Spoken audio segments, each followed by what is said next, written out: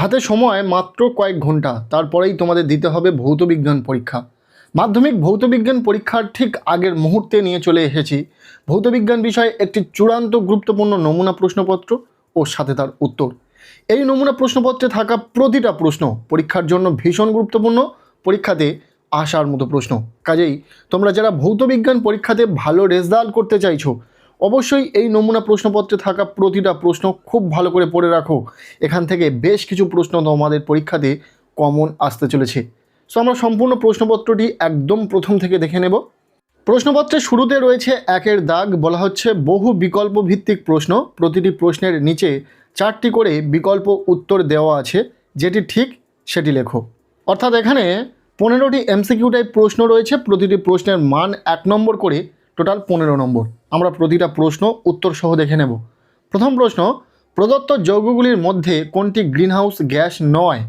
Greenhouse gas নয় সেটা হচ্ছে নাইট্রোজেন, অর্থাৎ রাইট অ্যান্সার অপশান ডি। এরপর 2 প্রশ্ন, এসটিপিতে 2 মোল অক্সিজেন গ্যাসের আয়তন হলো, উত্তর হবে 44.8 লিটার, অর্থাৎ রাইট অ্যান্সার অপশান সি। 1.3 প্রশ্ন, নিচের কোনটির উপর ধাতুর পরিবাহিতাঙ্ক নির্ভর করে? উত্তর হবে উষ্ণতা। নেক্সট 1.4 প্রশ্ন, দন্ত চিকিৎসকরা কোন ধরনের দর্পণ ব্যবহার করেন? উত্তর হবে অবতল দর্পণ। এরপর 1.5 প্রশ্ন, সমান্তরাল কাঁচ ফলকের মধ্য দিয়ে আলোকরশ্মির প্রতিসরণ হলে মোট চ্যুতি হয়? উত্তর হবে 0 ডিগ্রি। এরপর 1.6 প্রশ্ন, দৃশ্যমান বর্ণালীর যে বর্ণের আলোর তরঙ্গ দৈর্ঘ্য সবচেয়ে কম সেটি হলো, উত্তর হবে বেগুনি। 1.7 প্রশ্ন, উত্তল লেন্স দ্বারা গঠিত কোনো বস্তুর প্রতিবিম্বের ক্ষেত্রে নিচের কোনটি সম্ভব নয়? উত্তর হবে ছোট ও সমশীর্ষ।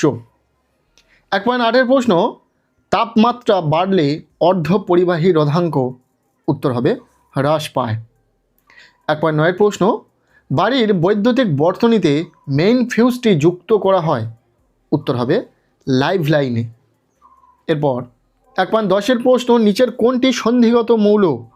উত্তর হবে এর মধ্যে right answer option D, Fe। 11 নম্বর প্রশ্ন, নিচের কোনটি তড়িৎ যোজী? উত্তর হবে K2O, অর্থাৎ পটাশিয়াম অক্সাইড। এরপর 1.12 নম্বর প্রশ্ন, একটি রূপোর গয়নায় সোনার প্রলেপ দিতে হলে অ্যানোড রূপে ব্যবহৃত হয়? উত্তর হবে গোল্ড, অর্থাৎ রাইট অ্যান্সার অপশান সি। 1.13 নম্বর প্রশ্ন, আয়রন পাইরাইটসকে অতিরিক্ত বায়ুতে পোড়ালে যে গ্যাস পাওয়া যায় তা হলো, উত্তর হবে সালফার ডাইঅক্সাইড, অর্থাৎ SO2। এরপর 1.14 নম্বর প্রশ্ন, পিতলের উপাদান হলো, উত্তর হবে কপার প্লাস Zn, অর্থাৎ জিঙ্ক। এরপর এমসিকিউ টাইপ শেষ প্রশ্ন 1.15 দাগের প্রশ্ন, এলপিজি এর প্রধান উপাদান? উত্তর হবে বিউটেন। এই ছিল 1 দাগ থেকে 15টি এমসিকিউ টাইপ প্রশ্ন, যার উত্তর সহ আলোচনা করে দিলাম। এরপর রয়েছে প্রশ্নপত্রের 2 দাগ, বলা হচ্ছে নিম্নলিখিত প্রশ্নগুলির উত্তর দাও, বিকল্প প্রশ্নগুলি লক্ষণীয়। এখানে টোটাল 21টি এসিকিউ টাইপ প্রশ্নের উত্তর লিখতে হবে, প্রতিটি প্রশ্নের মান 1 নম্বর করে, টোটাল 21 নম্বর রয়েছে। আর বেশ কিছু প্রশ্নের বিকল্প প্রশ্নও এখানে রয়েছে, আমরা প্রতিটা প্রশ্ন দেখে নেব। প্রথম প্রশ্ন, কোন জ্বালানির তাপন মূল্য সবচেয়ে বেশি? দ্বিতীয় প্রশ্ন, বায়ুমণ্ডলের শীতলতম অঞ্চলটির নাম লেখো। এরপর 3 নম্বর প্রশ্ন, তাপন মূল্যের SI পদ্ধতিতে একক কী? এরপর 2.3 অথবা প্রশ্ন, আদর্শ কূপ পরিবাহীর তাপ পরিবাহিতাঙ্কের মান কত হবে? এই যে প্রশ্নগুলো তোমরা দেখছো, প্রতিটা প্রশ্ন পরীক্ষার জন্য ভীষণ গুরুত্বপূর্ণ, পরীক্ষাতে আসার মতো প্রশ্ন, কাজে প্রতিটা প্রশ্ন খুব ভালো করে পড়ে রাখো। আর এই প্রশ্নগুলোর উত্তর নিয়ে যদি ভাবো, সেক্ষেত্রে বলে রাখি ইতিমধ্যে আমরা এসিকিউ টাইপ প্রশ্নের সাজেশন দিয়েছি মেন চ্যানেলে, অবশ্যই তোমরা গিয়ে ভিডিওটি দেখে নিতে পারো, সেখানে সম্পূর্ণ উত্তর সহ আলোচনা করা হয়েছে। 2.4 প্রশ্ন, কত কেলভিন উষ্ণতায় আদর্শ গ্যাসের চাপ শূন্য হবে? 2.5 প্রশ্ন, কোনো তরলের প্রকৃত প্রসারণ গুণাঙ্ক ও আপাত প্রসারণ গুণাঙ্কের মধ্যে কোনটি তার নিজস্ব ধর্ম? এর অথবা প্রশ্ন, লোহা ও পিতলের তৈরি দ্বিধাতব পাতকে বরফের মধ্যে রাখলে কোন ধাতুটি ভিতরের দিকে বেঁকে যাবে? গুরুত্বপূর্ণ প্রশ্ন। এরপর 2.6 প্রশ্ন, চোখের দীর্ঘদৃষ্টিজনিত ত্রুটি দূর করতে কী ধরনের চশমা ব্যবহার করা প্রয়োজন? 2.7 প্রশ্ন, দীর্ঘদৃষ্টি সম্পন্ন ব্যক্তি ড্যাশ ক্ষমতাযুক্ত চশমা ব্যবহার করেন? একটু প্রশ্নটা ঘুরিয়ে রয়েছে, একই প্রশ্ন। এরপর 2.8 প্রশ্ন, একটি আদর্শ ভোল্টামিটারের রোধ কত হওয়া উচিত? 2.8 অথবা প্রশ্ন, এসআই এককে আধানের এককের নাম কি? 2.9 প্রশ্ন, বর্তমানে আন্তর্জাতিক পদ্ধতি অনুযায়ী আর্থ তারের রং কি করা হয়? নেক্সট 2.10 প্রশ্ন, কোন ধরনের নিউক্লিয় বিক্রিয়া সূর্যের শক্তির উৎস? এরপর 2.11 নম্বর প্রশ্ন, অতি দীর্ঘ পর্যায়ের মৌলের সংখ্যা কটি? 12 নম্বর প্রশ্ন, কোন তেজস্ক্রিয় রশ্মির নির্গমন পরমাণু ক্রমাঙ্ক অপরিবর্তিত থাকে? পরের প্রশ্ন, গোল্ড প্লেটিং এর সময় অ্যানোড হিসাবে কি ব্যবহৃত হয়? এই প্রতিটা প্রশ্ন খুব ভালো করে রেডি করে নাও, হাতে সময় ভীষণ অল্প, তবে এই অল্প সময়ে তোমরা ভালো রেজাল্ট করতে পারবে। যদি এই প্রশ্নগুলোর উত্তর জানা না থাকে তাড়াতাড়ি ঝটপট পড়ে নাও এই প্রশ্নগুলোর উত্তর। আর ভৌতবিজ্ঞান বিষয়ে আমাদের দেওয়া সমস্ত সাজেশন তোমরা ফলো করো, তাহলে অবশ্যই দুর্দান্ত রেজাল্ট হবে। এরপর রয়েছে 2.14 দাগে বলা হচ্ছে বাম স্তম্ভের সঙ্গে ডান স্তম্ভের সামঞ্জস্য বিধান করো। এখানে একটি স্তম্ভ মেলানো রয়েছে। 4 নম্বর রয়েছে বাম স্তম্ভে কী কী রয়েছে এবং ডান স্তম্ভে কী কী রয়েছে সেটা আমরা একটু দেখে নেব।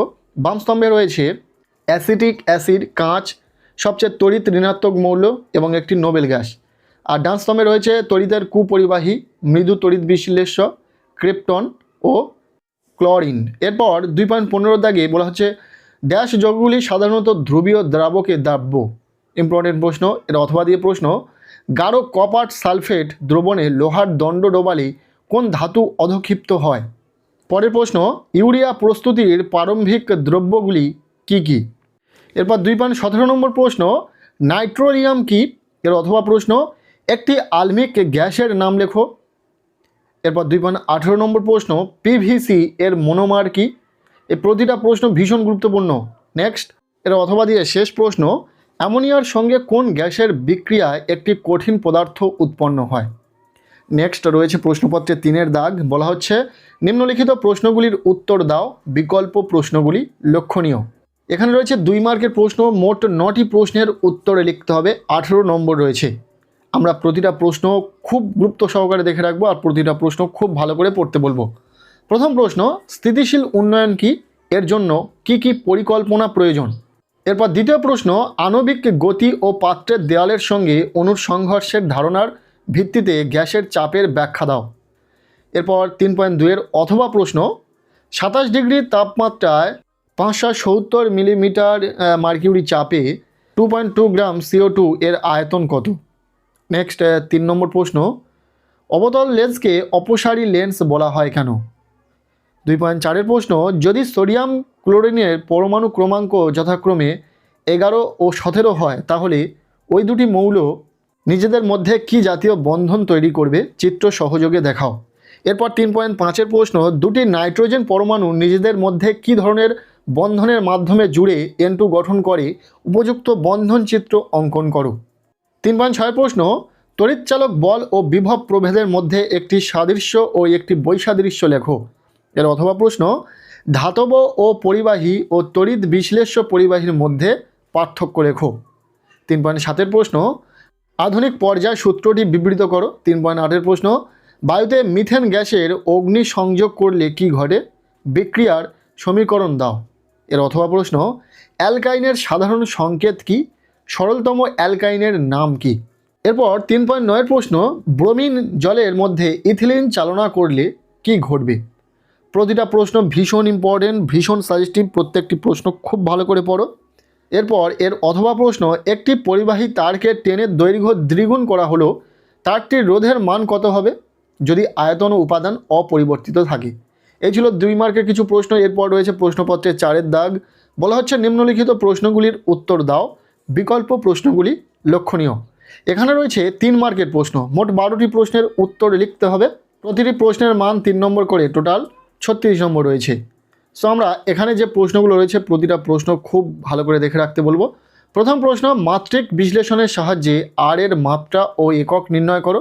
এর সাথে আদর্শ গ্যাসের ধর্ম থেকে বাস্তব গ্যাসের বিচ্যুতির কারণ কি? এই যে 3 মার্কের প্রশ্ন থাকবে পরীক্ষাতে, সেখানে কিন্তু কাটা কাটা প্রশ্ন থাকবে, 1+2 = 3 বা 2+1 = 3 এইরকম।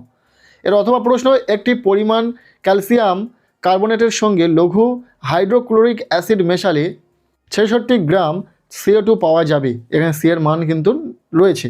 এরপর 4.2 প্রশ্ন, অ্যামোনিয়াম সালফেটকে কস্টিক সোডা দ্রবণ সহ উত্তপ্ত করে 6.8 গ্রাম অ্যামোনিয়া উৎপন্ন করতে কত গ্রাম অ্যামোনিয়াম সালফেট প্রয়োজন? নেক্সট 4.3 প্রশ্ন, তরলের আপাত প্রসারণ গুণাঙ্ক কোন কোন বিষয়ের উপর নির্ভরশীল? এর সাথে চায়ের কেটলির হাতলে বেত জড়ানো থাকে কেন? যে প্রশ্নগুলি দেখছো তোমরা, প্রতিটা প্রশ্ন ভীষণ ইম্পর্টেন্ট। এর অথবা প্রশ্ন, তাপ পরিবাহিতা রাশিমালাটি প্রতিষ্ঠা করো।